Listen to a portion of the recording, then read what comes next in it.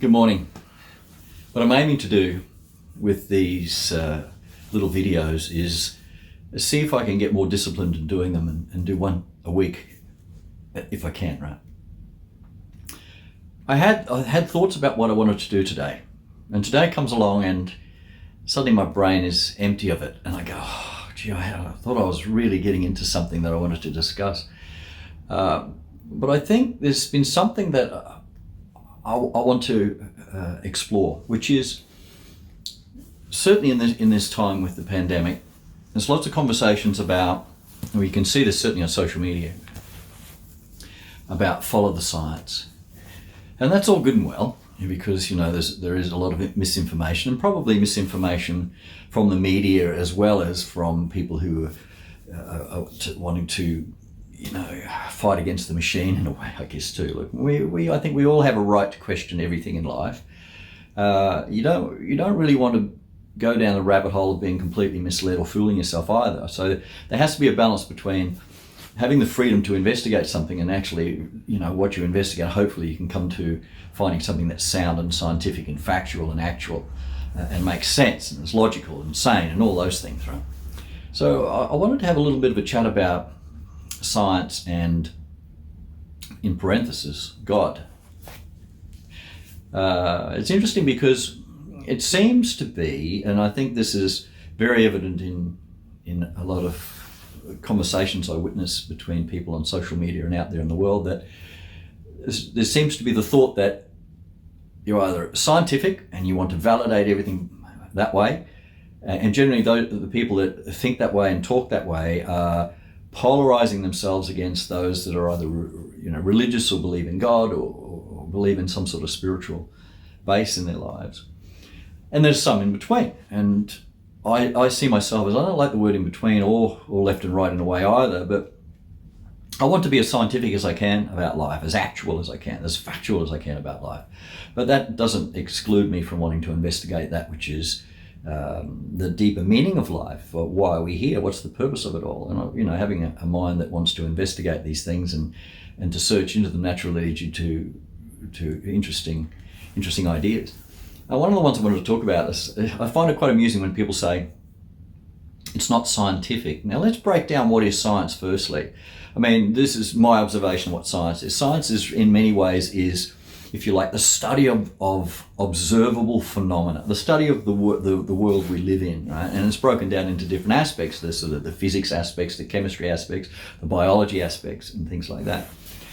But all of it is really an aim to understand the world around us. And when we say the world around us, we mean, you could say, the worlds around us, not just our Earth and life upon it and all the phenomena that takes place here, whether it's in the biological world or the sort of physics world of things, or in chemistry, what makes up atoms and molecules that make up life itself, and liquids and chemicals and all that sort of thing, right? So all of them, though, are human beings. Science is based on human beings wanting to understand the world we live in and the universe out there. As simple as that. So therefore, in that sense, science is, and take this the right way, science is always wanting to uncover that which already exists. And through science, obviously, through invention, through understanding the laws of physics and electronics and all those things, we've invented all sorts of things by following those principles. Yeah, that's not what I want to talk about. I want to talk about that science, in terms of discovery, in terms of biology or physics or chemistry, is wanting to understand that which already exists. So science is not separate from life. And no scientist would probably say that. They say, no, we're endeavoring to understand, using our good brain to understand what already is there and how it works and how it came into being. And also, understanding formula in science means, how do we replicate this, that, or the other too? Now, therefore, in many ways, science is basically limited as it is. Now, it's huge. It's a huge field, and there's been huge discoveries, of course. And so I don't even want to do those caveats as we go along. The bottom line is science is being added to all the time, right? So it's not an unlimited resource right now, because human beings have limited capability to understand all of the vastness of the universe and all those things. And we've done a pretty good job so far. But it's an interesting one that in this conversation about science and, in parenthesis, God, I want to talk about evolution, because it also has a place there. Now, you have this Darwinian theory that, which he observed, that animals adapt to environment and therefore evolve, because they're evolving to adapt, and evolve in terms of how they change over time to suit the changes in environment, how they adapt to different predators and all that sort of thing. Now, that's interesting, and I think actually, yes, we do evolve. We do evolve and adapt to change. And that's what we do. As human beings certainly do that, and the animals do that as well. But the bottom line is this too, is that it seems that in conversation, things have been polarized again between an evolutionary theory or a creationist theory. I want to leave the creationist stuff alone, because it goes down into a room and goes down a rabbit hole of religions and God and dogma and belief and all of that. So I want to leave that alone for the minute. But I want to work to investigate through this, if this can come to life in this conversation, about evolution itself and looking at that. Now, it seems very strange that I watched different scientists talk about life on Earth, and you see these different, I'm not going to mention names, but you see these different scientists host these shows and talk about life, and they jump from suddenly nothing to Big Bang to suddenly here we are, and then we adapted, and this climbed out of the sea and adapted to the land, and it's as if it's a given that that's what occurred. And it's as if the way I see a lot of the science explanation of life is as if some theory of all of this is accepted, and that could be the premise of this book. And each of the chapters in this book is based on that premise and extrapolating on that premise, exploring that premise. I want to question the premise in that sense, because I think if we want to learn, we have to not accept any authority and not reject any authority either, but to actually be free to look, and amazing things can happen by being observant, right? So let's talk about evolution. It seems silly to me. I mean, suddenly you have human beings who have consciousness, have the ability to think and feel and create things like music and art and all these sorts of things. It seems we just accept that. That's what human beings do. And evolution says that, they're trying to find the link between the ape and us, and prehistoric man, and did the historic link get broken between Neanderthals and modern man and all that, trying to find these links between apes and us. And just suddenly investigating human beings as they are, how they live and breathe and do all of these things. Now, if you go back from the different phylum in life, and work your way back from the most complex life systems and organisms being mankind, human beings, right down to the single cell organisms like amoeba,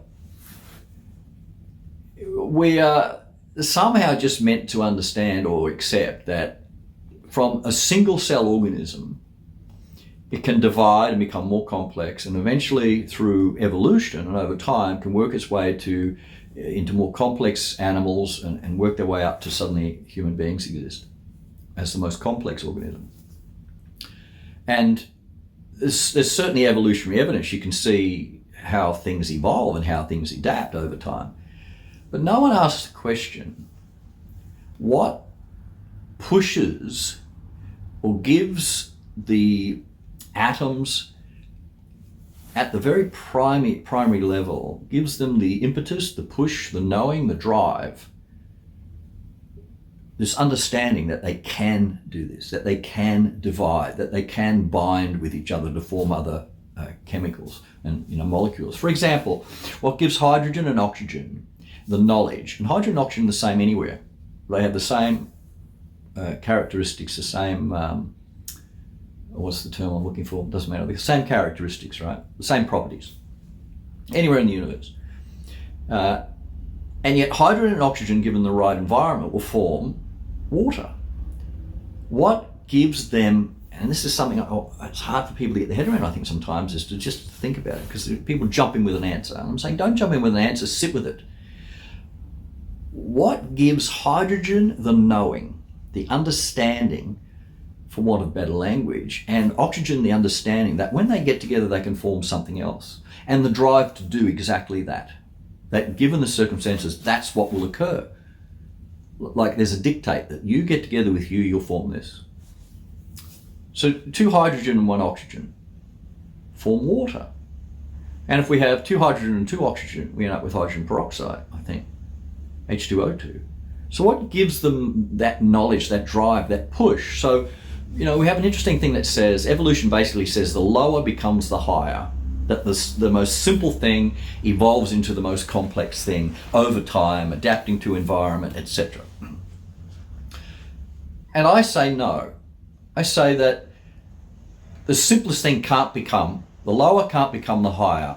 The higher pushes the lower to become the higher. In other words, there has to be already a knowing, a drive, an impetus, a potential within very hydrogen and oxygen, for example, or in carbon, to know to bind and bond, and then for these atoms to form into molecules, to form into this, that, and the other, to be able to replicate, and for cells to divide and become more complex and grow into these other organisms.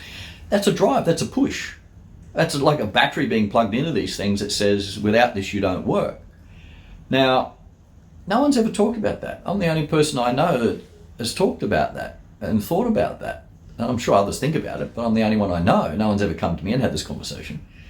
And no scientist overseeing any of these shows ever talks this way, or questions or challenges against what they just accept as normal. Suddenly there's a big bang, and from that, matter spewed into the universe, and it kept expanding. The universe is still expanding, and and as all these bits of matter got together, they formed planets and formed suns, and and asteroids, and it's like, okay, that sounds all very lovely, but if you come up with something, and I see this on social media, if you come up with a theory on something, or you question a narrative, you'll get shot down as being either an anti-vaxxer or this, that, and the other. And it seems such a very narrow, petty type of conversation.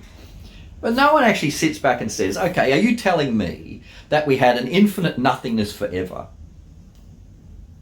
A void, just nothing, infinite nothingness with nothing in it. And then suddenly it went bang.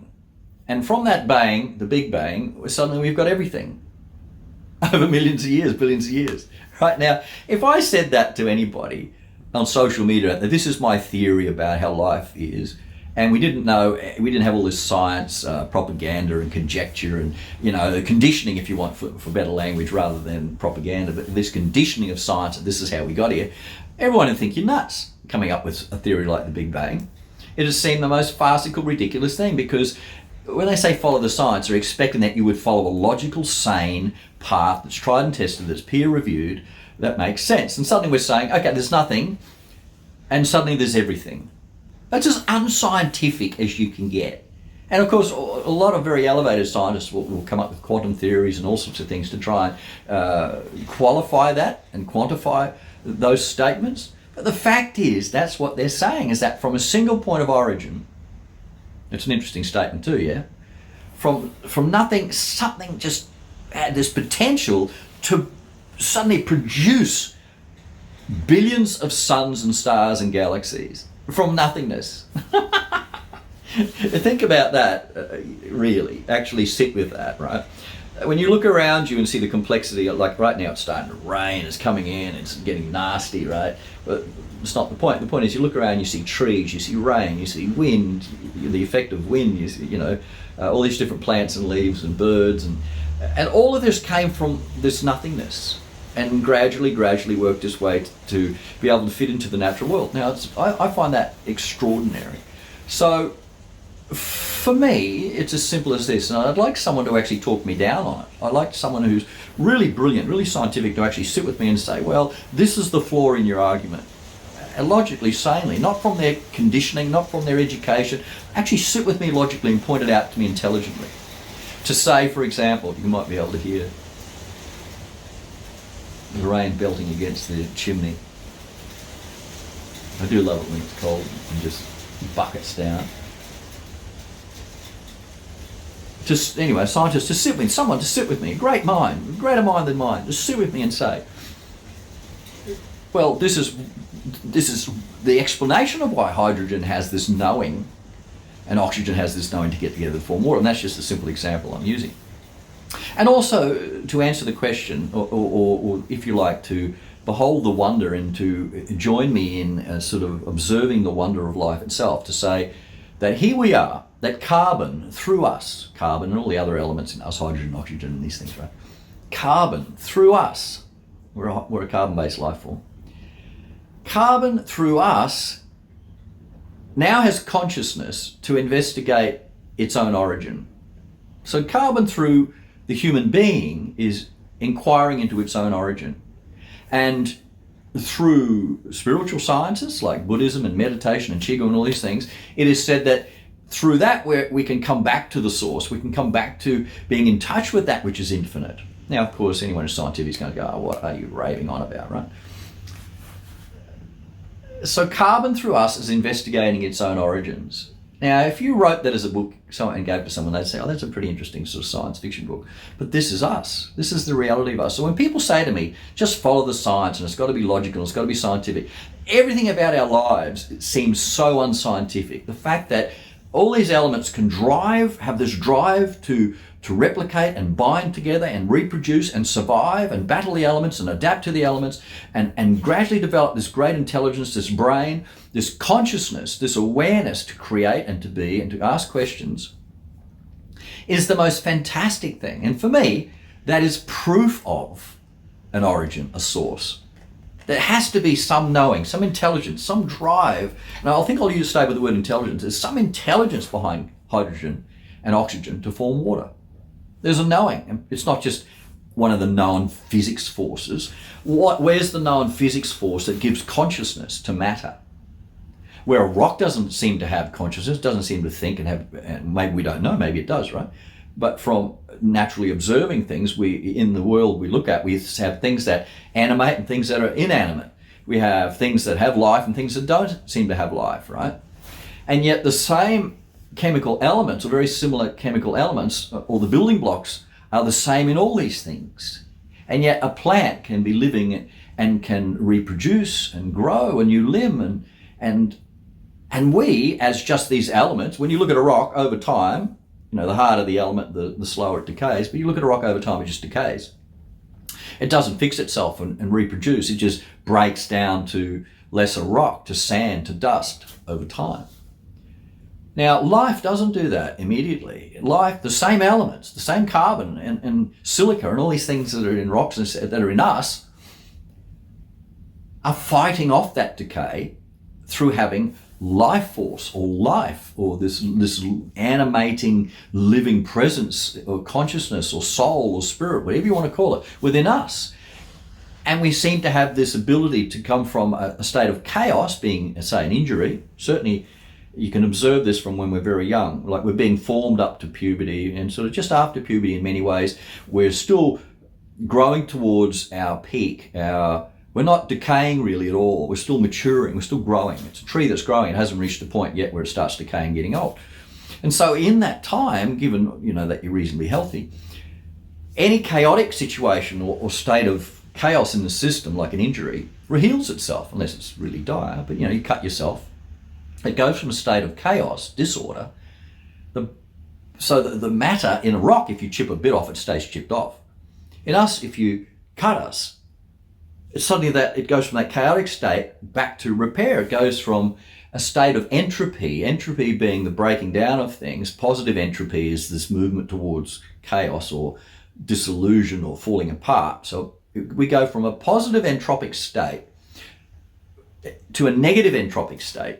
We're going against decay by healing. Now, you think about that for a bit, right? That the universe through us, and we're the same dust as from exploding stars, and that's in the rock and the dirt and the trees and the air and everything else. We're the same thing, but we're alive, and now we're stopping ourselves, those very elements. There's something in us that's stopping those elements just falling back to nature for a period of time.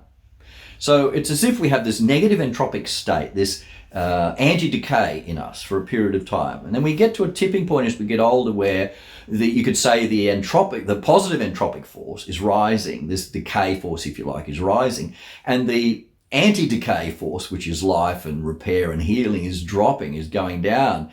And so when you're very young, you probably get a very small amount of this decay and so much of this repair, this healing. And as you get older and start to wither a bit and, through various decays in health, etc., they go like that. So the decay rises and your ability to stop decay decreases to the point where you die. Very, very interesting. So for me, I want to jump across a chasm that's not scientific. So this I'm trying to do in a logical way. But I want to jump across a chasm into something that's not logical at all and make a statement. A statement I'm going to make, which I haven't sat with a lot yet because I want to discount my own statement. This is what I like to do. I want to sit with it and ponder it and chip away the bits that are unessential to reveal something that's really true in it. And so the statement I'm going to make is that the very fact that we exist, that live, is proof of God. That's a huge statement. And the word God is so polluted because of religions and everything else. It's almost you can't say it without it being attached to that. But it's the only way we can point to what we're really trying to say. If I say one source or the origin, it's sort of like you're fluffing around, you're dancing around trying to say what you really want to say. And if you just say God, well, everyone gets the idea of what you're trying to say, which is some omnipotent, omnipresent, infinite origin to all of this that in a sense provides all of the order of the universe as well and life. It's as if it's of something where we all sprang from. Right? So I'll make the statement again. The fact that we exist is a proof of God, and I want to go further to say is proof of love. Because if you look everywhere in the universe, all you see is decay. You see things being born, things dying. The very fact that we can hold off this decay, as stars and asteroids and meteorites and comets don't, and rocks don't, but life can hold off this decay for a period of time. And through the human being, we have the consciousness to ponder and in many ways, you could say, to be in harmony with. Through getting out of our thinking and being very still and being very present, we can come through our awareness and through stillness to being in harmony with that which is timeless, which is the now, which is probably actually the only place God could exist if you wanted to come upon it. If God exists, where would you find it? And people say in the church, in the book, in this. No, if God exists, the only place you could possibly find it is in the living dynamic now. Not tomorrow, not yesterday, now. And therefore, what are the things that prevent you being in touch with that infinite timeless now to be in touch with if God existed, right? If God existed, the only place you could find he, she, whatever, is in the infinite timeless now. That living, dynamic, ever-evolving, ever-changing present. And therefore you have to question, what are the things that prevent me actually being in touch with that infinite timeless now, which obviously is all of your thinking, your opinions, you interjecting into the now, becoming is being a denial of being, becoming better. We're always ahead, we're using knowledge and experience to move all the time and thinking, oh, we'll do this, I'll do that, I've got to do this later, I'll do that. So being is, how do I get to be, to actually listen, to look, to see without the looker, without the interpreter, without the one going, oh, that's a lovely tree. Yeah, I've got a nicer one in my backyard, just to see the tree without any comment whatsoever, without any movement of thought.